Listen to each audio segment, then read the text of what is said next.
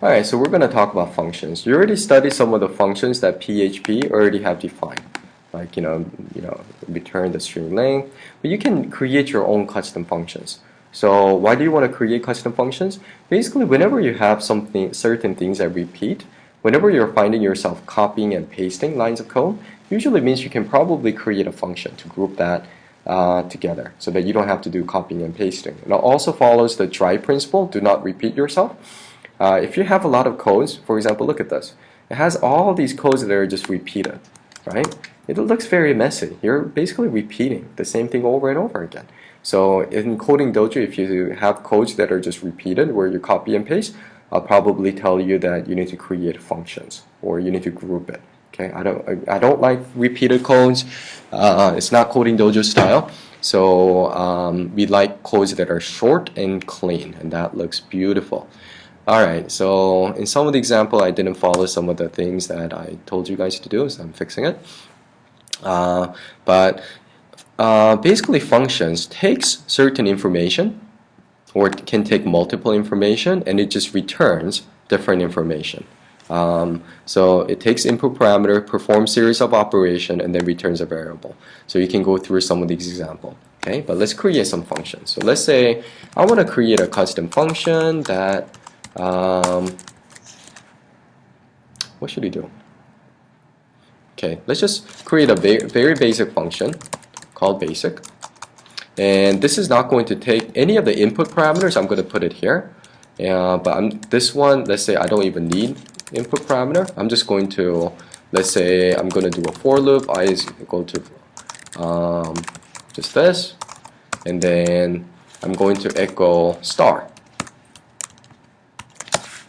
Okay, so and then let me call this function. Okay, so I do basic. The 10 stars, amazing. Okay, good. Okay, this could be actually a good exercise. So let's say instead of doing it times 10, let's have like this happening. Okay. Oh, cool. Okay. So maybe we do the echo star. Okay, and if I look at source code, it's just, HTML is just all that. So maybe I do echo it out, and then maybe once this function is done, I echo a break statement so that it does something like break here, and then in the browser, it's going to just put a new line. Okay? Okay, so this makes sense, right? I mean, it's not the most ideal code, but it's pretty cool. Okay, so what if I want to say, hey, don't do it just 10 times. I want to actually tell you, okay, how many times to put this. So I'm going to pass, for example, 5. This one 10. Print the star 5 times.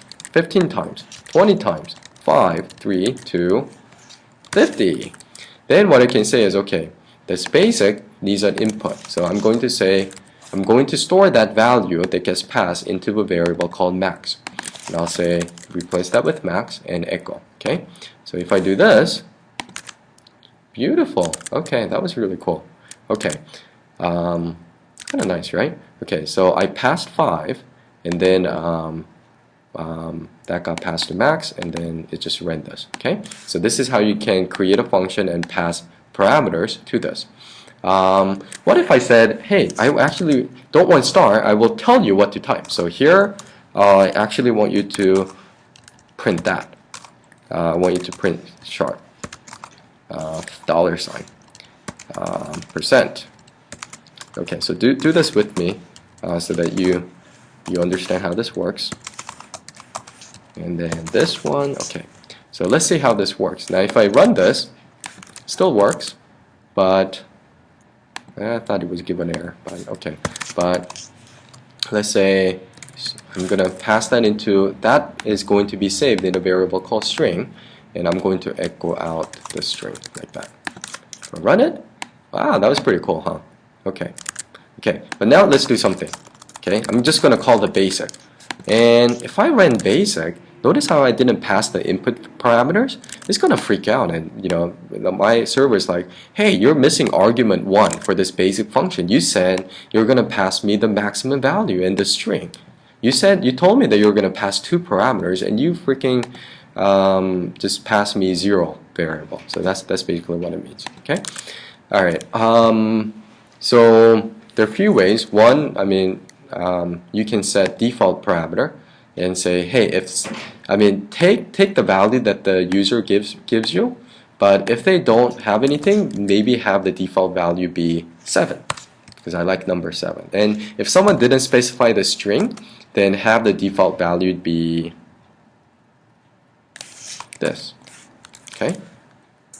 So I'm gonna comment this out. See what it does. Okay.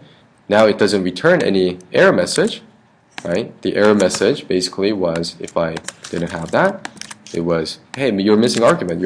I'm expecting 2 parameters and you passed me none. But now it's fine. Hey, you didn't pass me anything, but I'm going to set the default value as 7 if this parameter is not passed, and if the second parameter is not passed, I'm just going to use the default value of this. Okay, so then it worked, right? Okay, let's uncomment that out. And all the other functions would work because I put the parameters.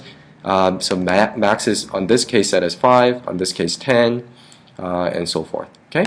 All right. So this is pretty important this works the same regardless of which language that you do. All right. So now that we're almost there. Now we just have to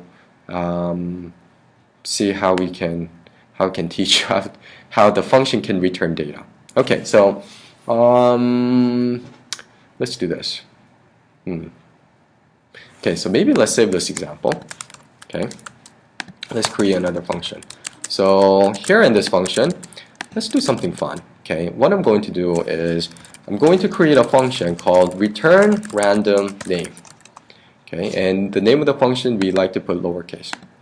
And then, yeah, that's it. So I'm not going to take any input parameter, but I'm going to create random names, which is going to be an array of random names. So Michael, yeah, you guys will see my name a lot in the, okay, and then John, Mark, KB, okay, and I actually don't like how that's put in use. Yeah, okay, that's fine. All right, let's put it like that. Okay, I think that looks a little bit prettier. And then there's a function called rand, and you're going to be using that in the assignment. So what I'm going to do is I'm going to basically let's throw dice, and it's going to be a random number between 0 and 3. Okay, so let's actually do it like this and see how it works. So echo return random name. So if I run this, it's going to, and if I keep refreshing this, notice how it echoes at different values. It's just randomly created. So now what I want to do is I want to, so for example, I can do random names I, and it's going to just return the random name. And instead of echoing it out, I want you to return it. Okay, so what I can do is I can say random name.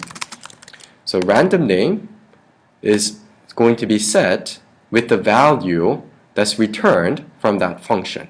And what does this function return? It returns this information, right? So it does this, it runs this, whatever is returned will be stored as echo random. So if I do var dump random name, okay, all right. So this returns, yeah, okay, all right. Let's do another kind of silly function. A function check user name. So this function, let's just set it where if, so let's take the name, and let's say if name is really equal to Michael, then we'll say return true, else return false. Okay, so let's do this. So let's say okay, I'm gonna do check user name, and then I'm gonna pass John, and then I'm going to echo return. Okay, echoing true or false doesn't work in HTML. I mean, this doesn't display anything, so let's do var dump. So it says boolean false, right? I can comment this out so that it doesn't confuse me. Boolean false, because yeah, okay, does that make sense? Check username, I passed the John as the name, and then because name it ran this, it wasn't true, so it returned false. Okay, but if I do Michael, then this is going to return true. Okay, so it runs this, and then whatever is returned gets assigned, gets set as the value of that variable on the left. Okay, so again, you know, some of these may be kind of new, but just know that function can take input, can return information back to whoever called the function, and that returned information can be stored in a variable. Okay, and then also this, you can set the default value for the input parameters by putting the default value here. And that's basically all you have to know. So play around with this, make sure you understand that this is really, really important. You will be using a lot of functions. Okay, and you will be creating some functions.